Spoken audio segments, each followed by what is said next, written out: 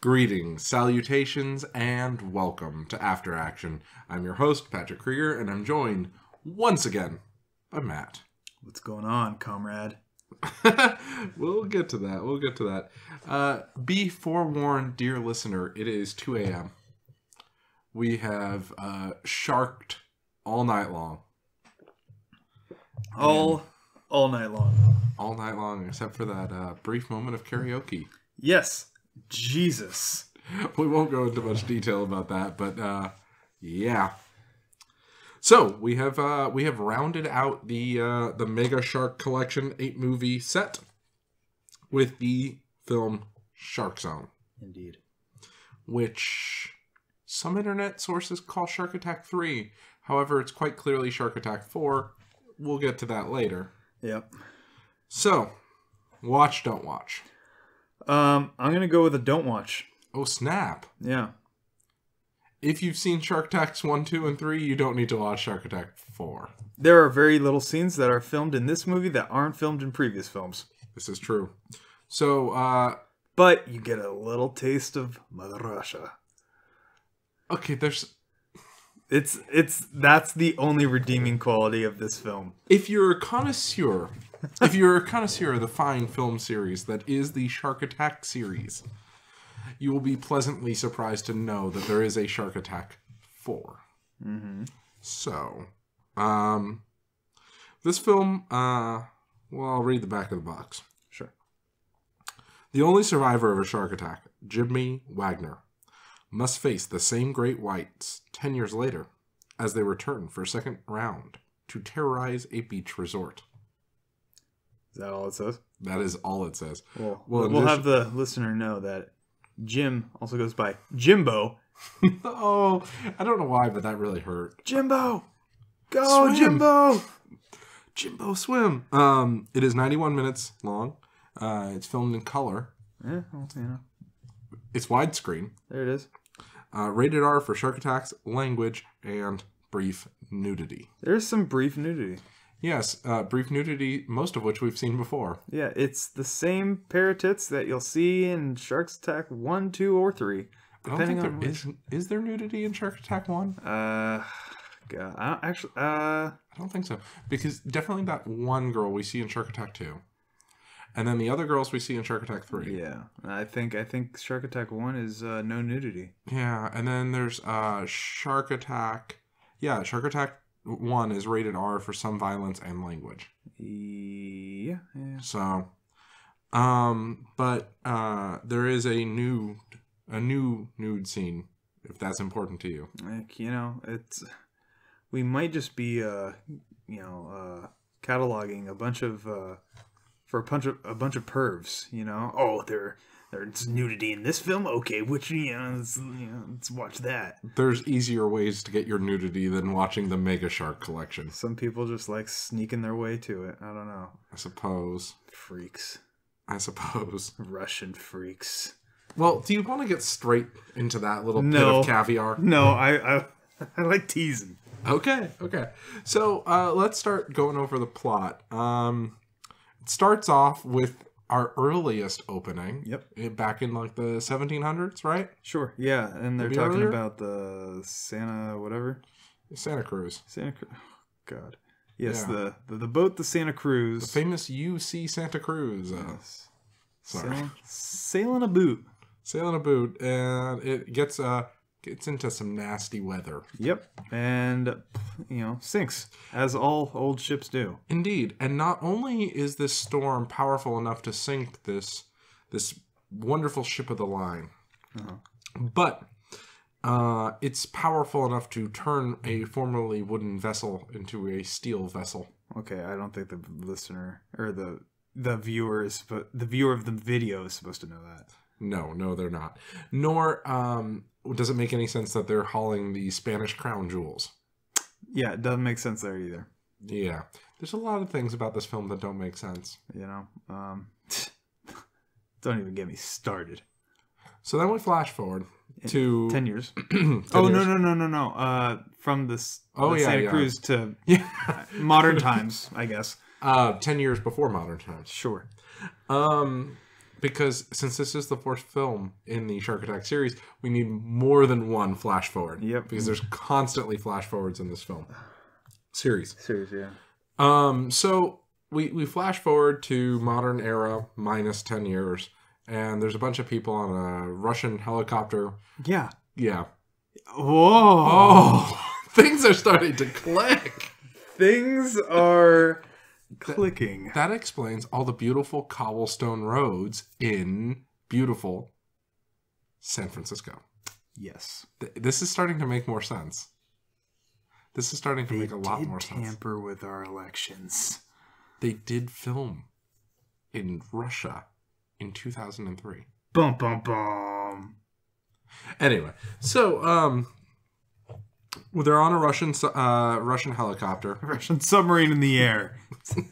They were eons beyond us. I mean, helicopters are kind of like submarines for the sky. They are. They really are. Screen doors and everything. So they're on this helicopter. There's some guy who's bragging about his gold necklace, and for some reason can't tuck it in his wetsuit. No, unable to. Just he's got to show that bling. Indeed.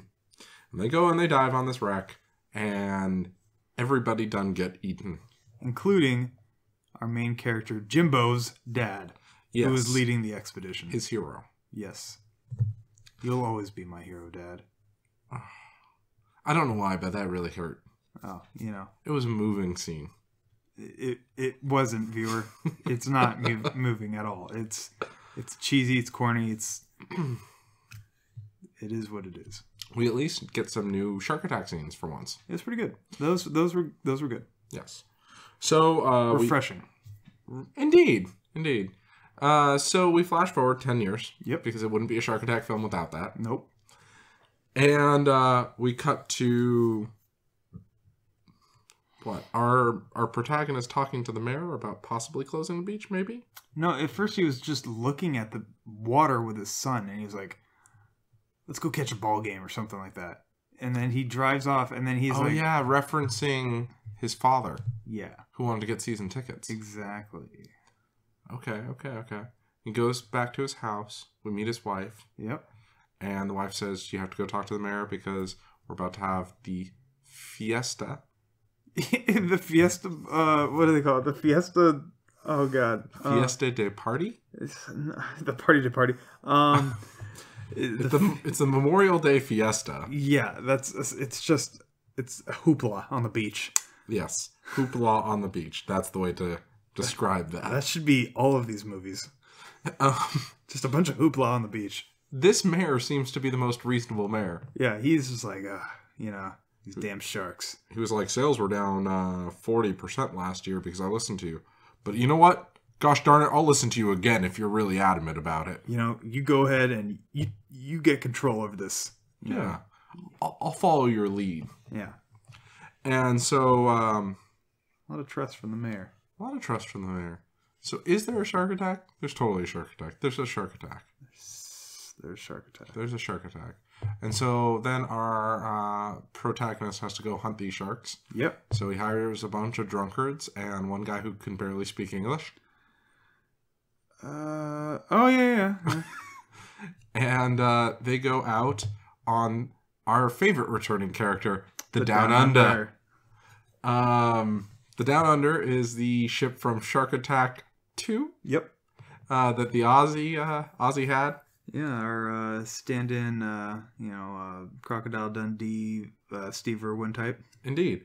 And we called it pretty early that they were just going to start reusing clips from Shark Attack 2, and we were going to see no new footage. They did have some sort of boat set to film on, but it wasn't. It was definitely not the Down Under that they were filming on. No, they used a lot of clips from Shark Attack 2 or 3.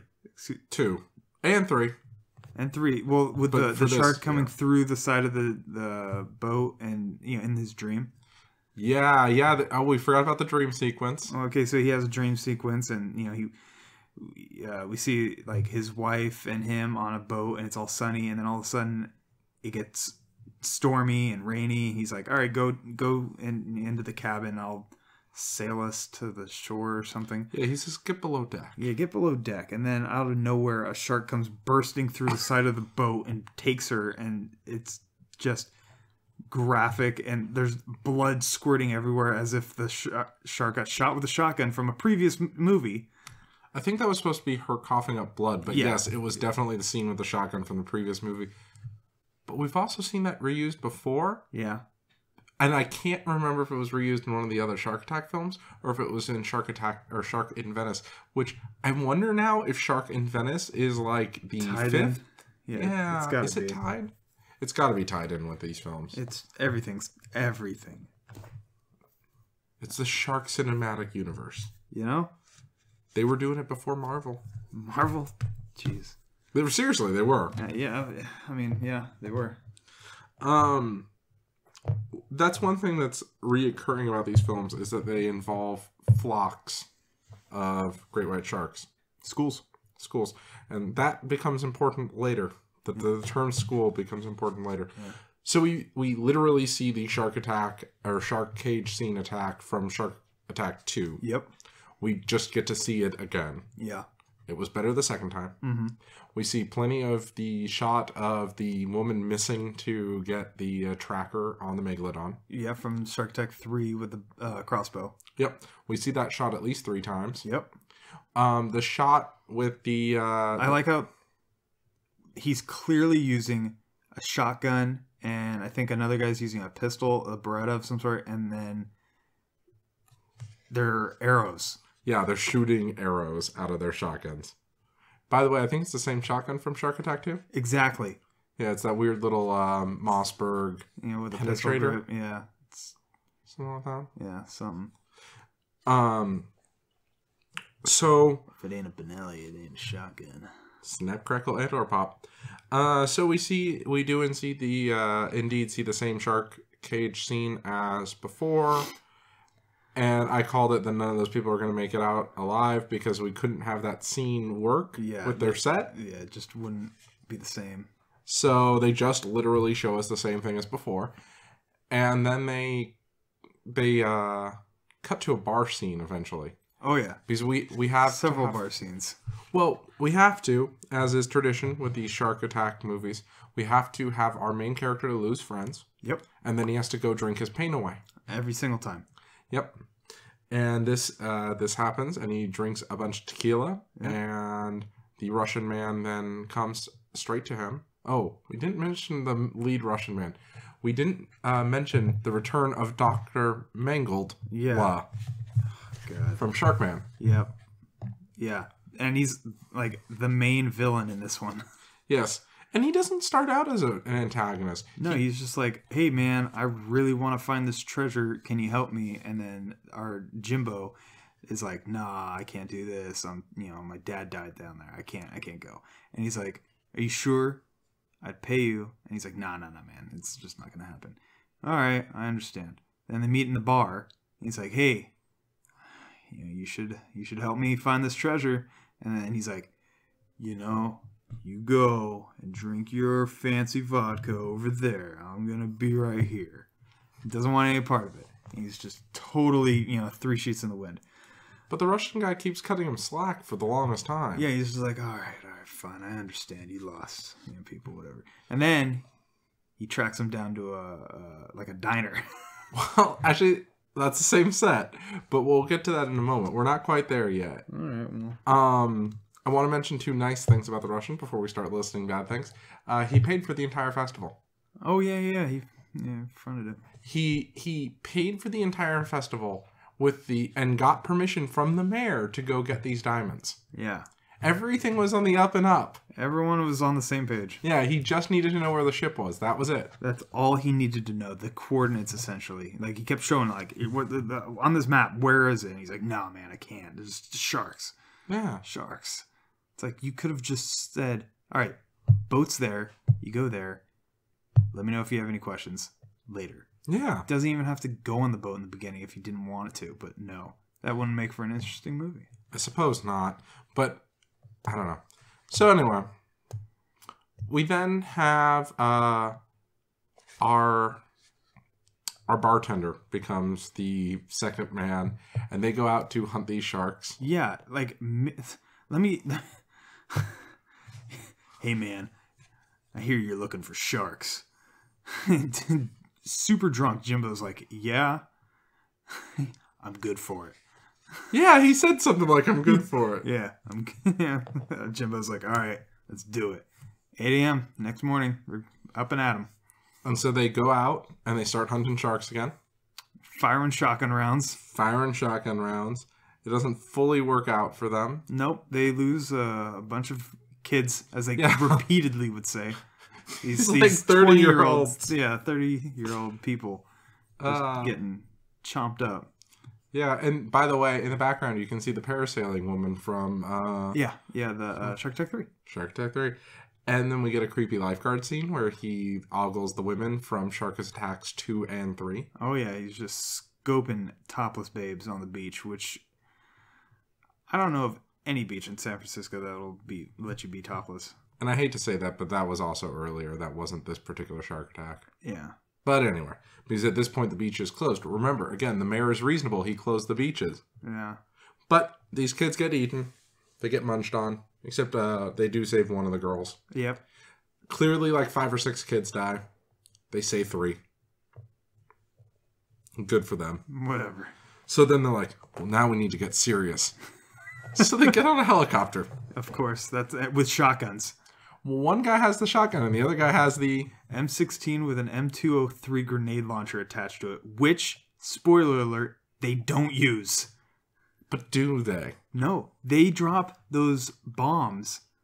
These like little like... cylinder, like, stainless steel cylinder, like almost hourglass shaped, bombs. They look like they're supposed to be nukes. Yeah, essentially. And they just drop them in the water, try to like drop them onto the shark's location, and they blow a couple of them up, and then he just fires one M16 round. One 5.56 bullet just does it.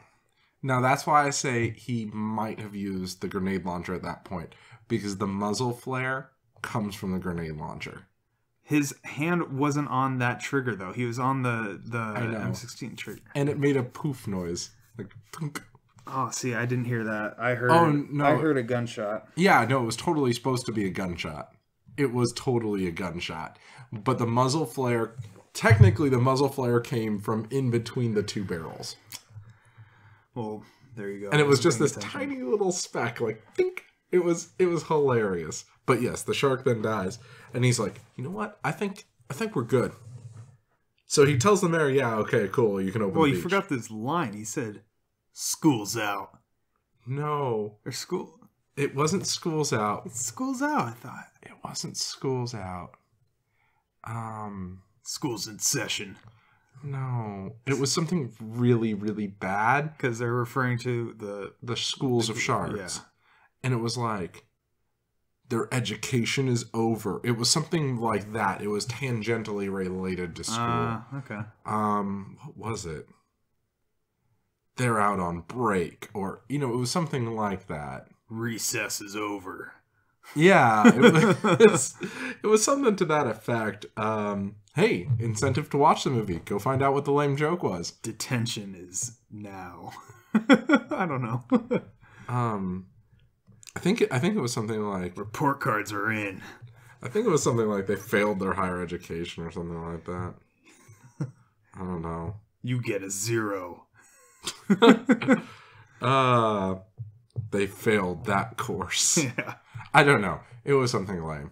You have been dropped out. Thank you for reminding me about that. Yeah, this is a good... it was so good we couldn't remember.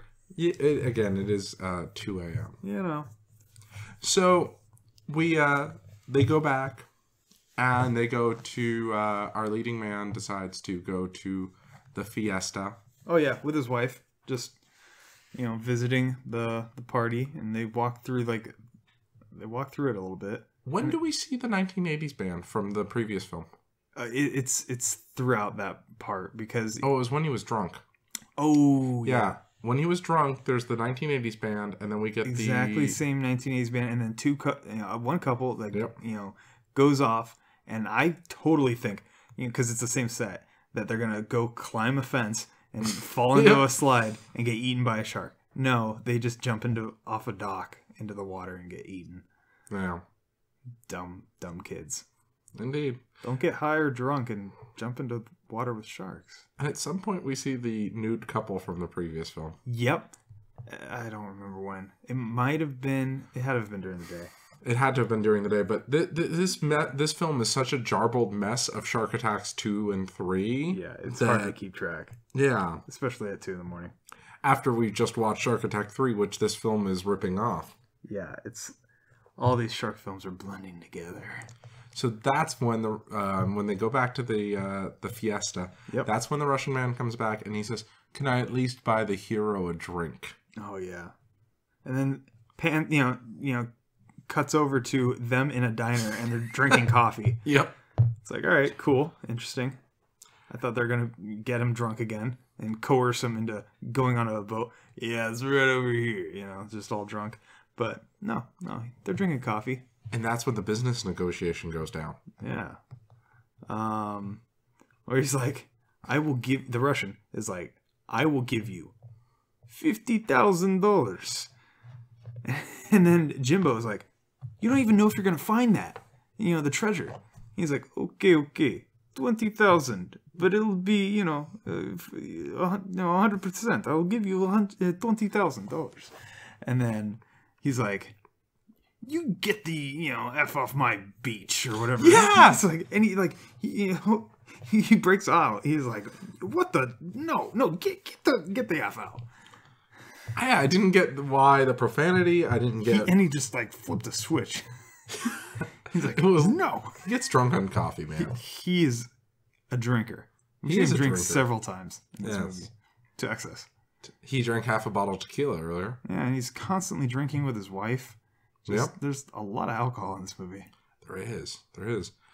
The only product placement though we saw was for Reef. Yeah. Reef sweatsuits. Yep. Sweatsuits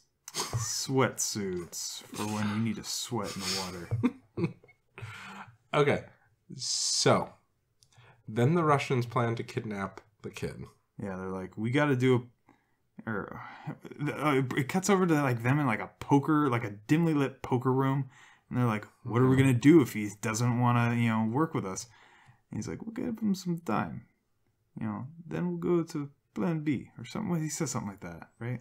Yeah, that's earlier in the film. Yeah, earlier in the film, they cut to them in a abandoned boat. Oh, yeah. And they're having a conversation about the interaction they had with him when he was drunk. And they say, what if he doesn't come around? And he says, oh, we'll give him some time. Again, him being reasonable. Yeah, he's totally, like, willing to work with him. Yeah. And it's like, all right, Jimbo, come on, pull it together. Just tell these Russians what they need to know. Yeah, you're dealing with the mob here. You're clearly dealing with an organization, and they're willing to give you tons of money.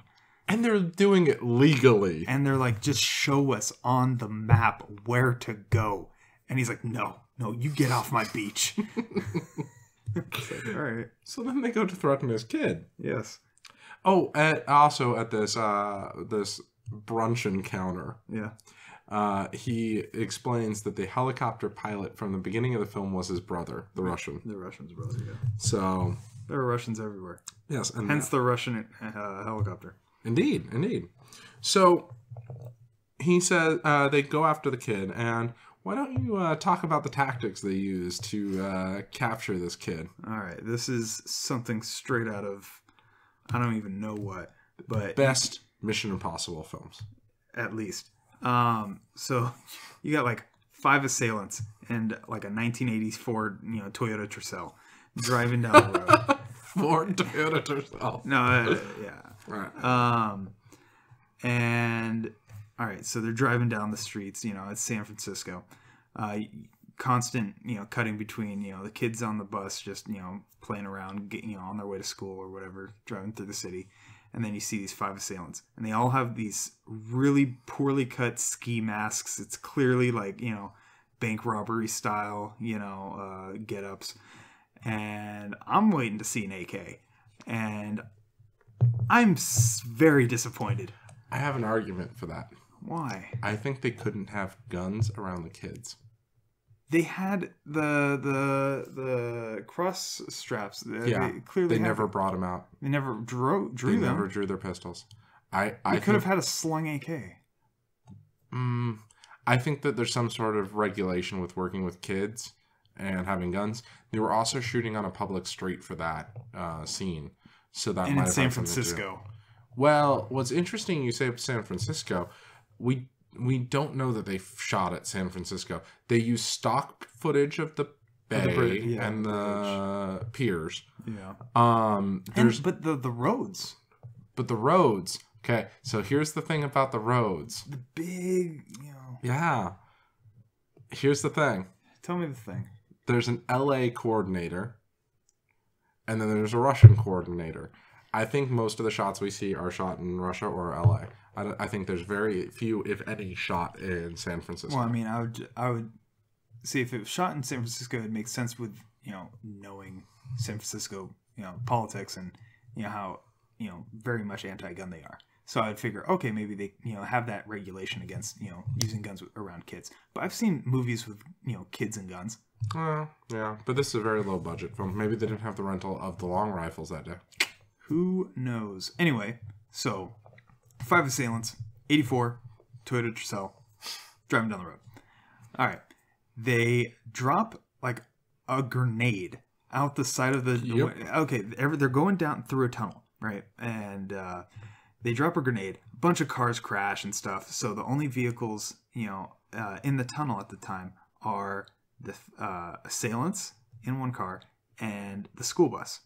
The assailants eventually pull over, wait till they get out of the tunnel, pull in front of the bus to stop it, get out, and run up into the bus. They blow through the bus door. They just kick it in. And then they just run through, and the teachers are like, "What are you doing? You can't take the kids. Get out of here." And then nothing, obviously that's not going to do anything. These guys mean business. And Indeed. So they know exactly who the kid is. He's all the way in the back. They just They yank did him have out a of there. picture of him before. Yeah. Well, and they grab the kid.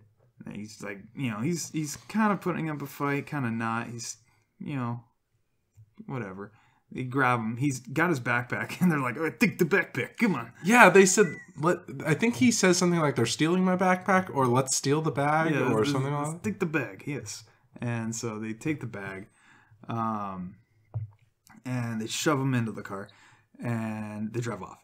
And it shows the kid. He's like, at this point, he's not like freaking out. He just looks over at a tower, showing the time.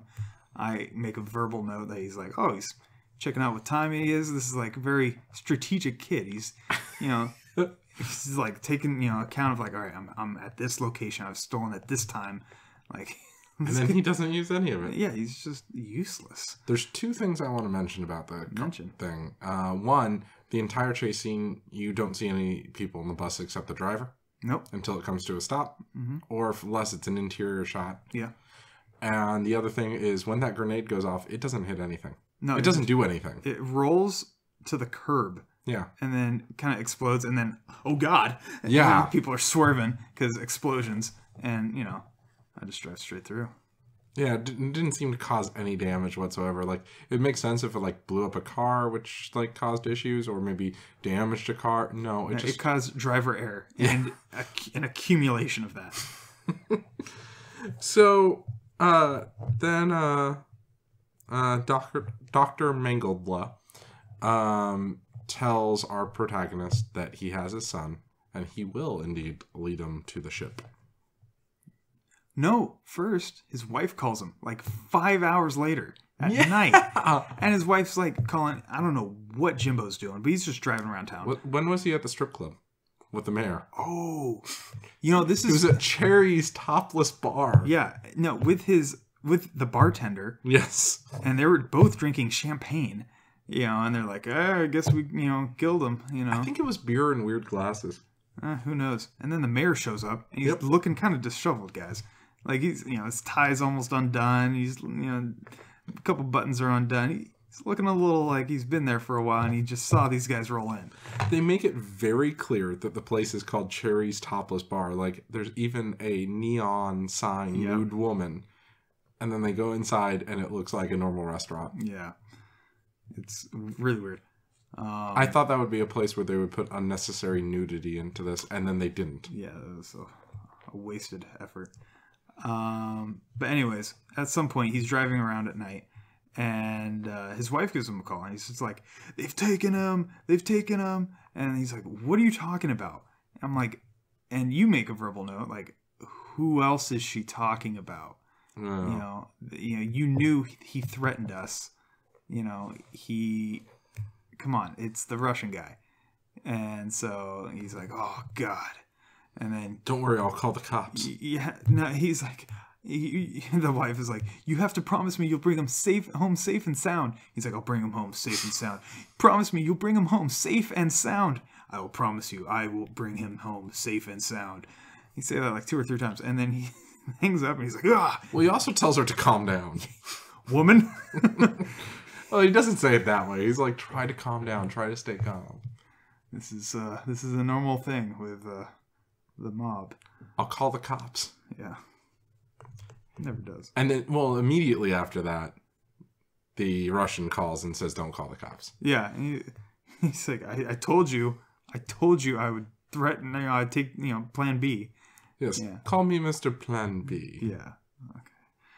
And cuts to him driving his, 1994, Jeep Cherokee, which is in mint condition. Great for drifting, by the way. Apparently. He takes corners like a champ and just, fishtails a little bit, but very tastefully. And, gets to the dock, gets taken to a large cargo ship, and then what? Oh, so he actually gets taken to a little boat first, and then they meet him. Yeah. They meet him at a big boat. We thought he was going to go to the cargo boat, but then he doesn't. Yeah, that's right. And then they go out diving for the treasure. He bleeds into the water because he got beat up, hoping to call the sharks. Yep. Which apparently works. Yeah, because he gave up the location finally after getting beat up pretty well. And then as the Russians are going in, he chums the water, I guess. With the large quantities of blood coming from his face area. And, that are gone by later. Yeah. and then all the Russian guys get eaten. Well, there's a little more to that because they go in and one guy opens a box and there's nothing in it. Then he opens another box and there's like all this gold and stuff in it. And then they call back and say like, all we're finding down here is our skulls. And if the skulls are worth money, then we have money. You've just found all this gold. Yeah, see, they pick up like fake gold, like it looked welded together, and it totally was like plastic. Well, gold coins do that though. But I'm saying, I don't know if they knew that, but I think they just used a prop. And oh yeah, they totally just used like a prop. gold out of like a treasure, and like a treasure chest, like your stereotypical treasure chest, and it was like, that's what it was, but it's just plastic. And I think he picked it up and he probably wasn't supposed to. Maybe. That was just really weird because, like, I don't know if they were implying that it wasn't gold. Yeah. But it totally looked like treasure. But apparently they weren't into the gold. Yeah, they only wanted the diamonds. Yeah, which they later found. As you Americans say, diamonds are forever. Yeah, that's what he said, which was stupid, but... Yes, it was. So, the Russians then all get eaten. Yep. And after one of them says, "Sir, prepare yourself to be very happy." Gets eaten. Yeah, and then he gets eaten. Remember, they are diving with their Uzis and M16s. Yeah. When I'm a Russian mobster, I don't use Russian guns. I use American rifles. Yes, as any true communist would. Stoner would be proud. So, and he doesn't use it to shoot a shark. I wanted the underwater Uzi scene. Oh yeah, just I wanted underwater any scene with guns, but not too much. So then they say the Russian says to his last bodyguard and our protagonist, "You both are going in the water. You're going to go retrieve my diamonds." And then for some reason gives our protagonist a knife. Yeah, because we're not threatened by him. And then they get into the most confusing underwater battle I've ever seen. Yes, there is a you don't see which. Okay, there's one guy in a full dive suit and wetsuit, black, and then the other guy's wearing a blue wetsuit. Mm-hmm. And you don't see who puts on which wetsuit, and they're both similar builded, gentlemen. And then you just see them tossing and turning in the water, and then eventually one gets stabbed. Yeah, and we have no idea who's who until one of them dies. Exactly. And then he gets eaten by a shark. Presumably. Yeah. And well, no, I think he did, because the shark found him after he swam away. Oh, and there's that really cold-hearted scene just before this where one of the divers almost makes it back to the boat, and the Russian's like, there he is! And then he gets eaten, and then he goes, there he was! Yeah. Like, wow. Jimbo's cold-blooded. I mean, I get it, man. I mean, they stole his kid, and they have him hostage on a boat for treasure. That was pretty snarky. I don't know what I would have said. But, moving on. So, he says, don't worry, sir. Or, don't worry, I have your diamonds. And then he sneaks up on the Russian. Yeah, sneaks up back onto the boat without the diamonds. And then kind of just grabs him, the Russian. Yeah. Who is holding his son at gunpoint. And then they have this kind of fight, more or less. But then the Russian falls into the water. Well, our protagonist gets shot and a fire starts. Yeah, that's true. Those are the two important things. Yeah. And then the Russian falls in the water. And then the Russian falls in the water, gets eaten by a shark. At which point we start thinking, well, this is how our film ends. The son's going to burn alive as his father bleeds out in front of him. Yeah. Happy ending for all. Exactly, because it kind of just stood there for a little while. He was more or less unconscious, bleeding out, and then his son was sitting tied up by his hands only in the main cabin portion of the boat, and a fire was in between them. Yep. So, but he wakes up in the nick of time, gets his son, and it looks like they dive into the water, but they're actually getting into a dinghy. Yeah, getting into a little Zodiac, and they putter away as it blows up. Yep. He gets patched up, and then they cut to a cruise. Yeah, they cut to a huge cruise liner, and then they're like, it's Jim and his wife. Yep. And they're just sun tanning on the beach, or on the top level of the cruise, and they're talking about how oh, it's so great, our son who used to be scared of the water because of all your shark stories, is now we can't get him out of the communal pool essentially on the cruise. And it's so great. And he's like, you know what, getting into the pool sounds pretty good. Looks over at the pool. He gets up, looks at the pool, and then I'm like, oh, there's a shark in the pool. And then you see a shark jump out of the pool, but it's all on his head. Well, first, the wife disappears suddenly. Yeah.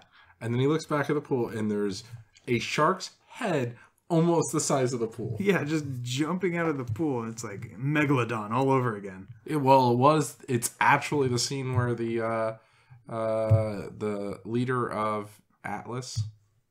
Sure, yeah. The communication company. Yeah. It's that scene. Interesting about that, we see their corporate offices in the background of one of the shots earlier in the film. Didn't we see something else too?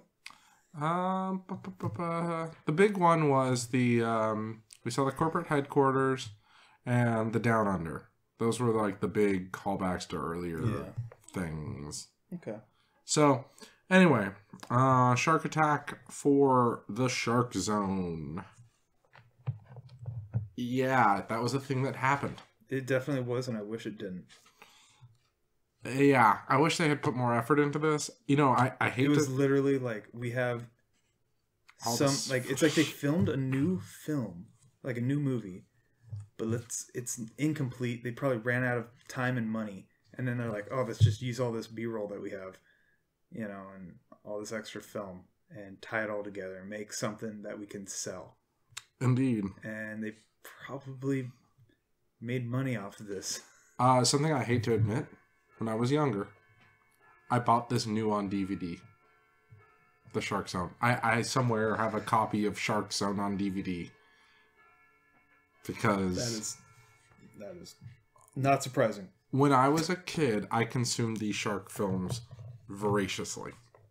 So, before we call it a night, I'm actually going to be reading to y'all some of the films we're hoping to do in the future. Well, actually, before that, we wanted to talk about the copious amount of Russians used in this movie.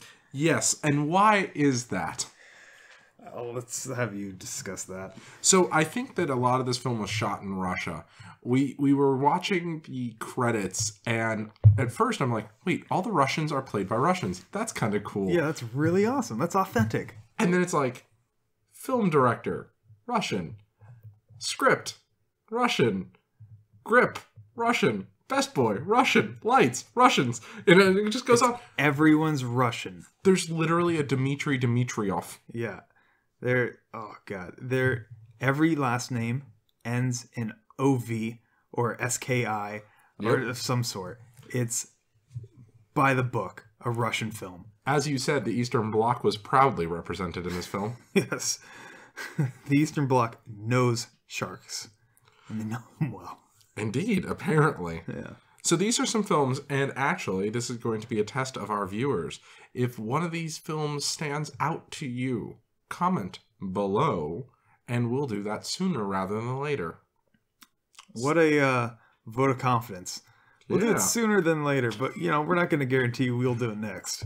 I'll make this guarantee if it's available still by the time our audience comments. If it's still available, we'll order it and do it as soon as possible. Okay?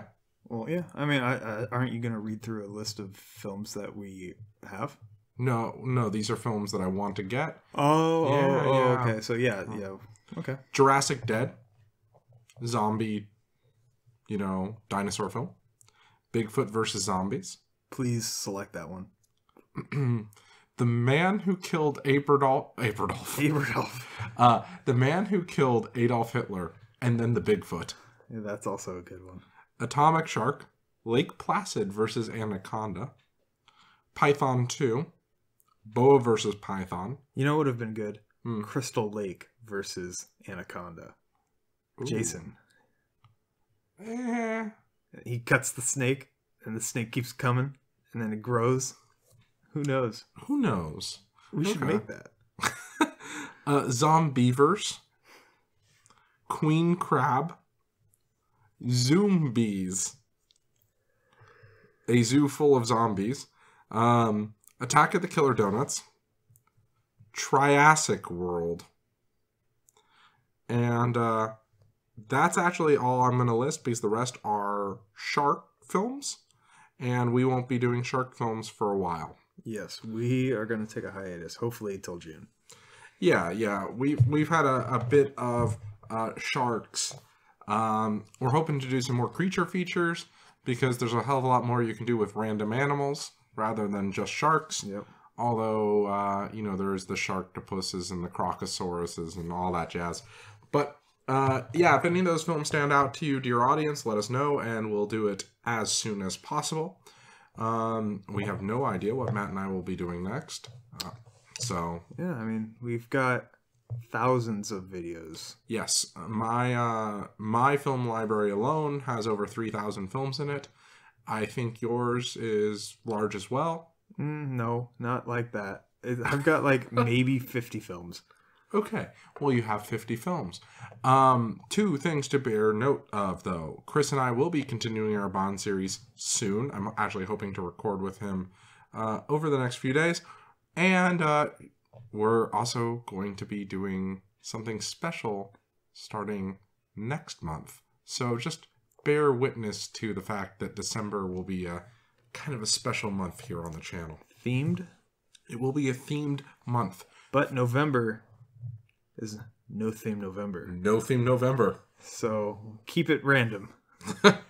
Alrighty, guys. Until next time, see you out there.